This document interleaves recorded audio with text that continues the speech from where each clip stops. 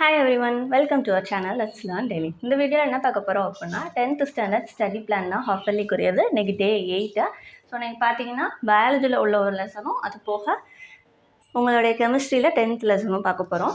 So questions என்னென்ன அப்படின்னா combination reaction என்ன, நெக்ஸ்ட்டு ரிவர்சிபிள் அண்ட் இரிவர்சிபிள் ப்ராசஸ்க்குரிய டிஃப்ரென்ஸ், அந்த ரியாக்ஷனுக்குரிய டிஃப்ரென்ஸ், ஈக்லிபிரியம் உடைய characteristics, next double displacement reaction and important detail question சிங்கிளாக 7 மார்க்கில் டீட்டெயிலாக கேட்பாங்க. ஸோ அதை படிச்சுக்கோங்க.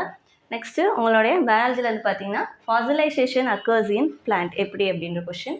Next what is ethnobotany and what are its importance அந்த question. Next degenerative wings of kiwi, கிவிக்கு எப்படி டீஜெனரேட்டிவ் விங்ஸ் வந்துச்சு அதை எக்ஸ்பிளைன் பண்ணுங்கள் அப்படின்னு சொல்லியிருக்கோம். ஸோ அந்த question. Next archaeopteryx, it is a connective link between birds and reptiles, why அப்படின்ற question. Next natural selection is a driving force and the question. Next, age of fossil. Next, effect of hybrid Weiger and the question. Next is somatic and germline உங்களுடைய gene தெராப்பிக்குரிய question. Difference ரெண்டுக்குள்ள difference.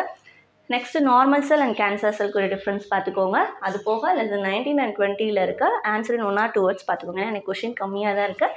So அதையும் சேர்த்து cover பண்ணிக்கோங்க. Thank you.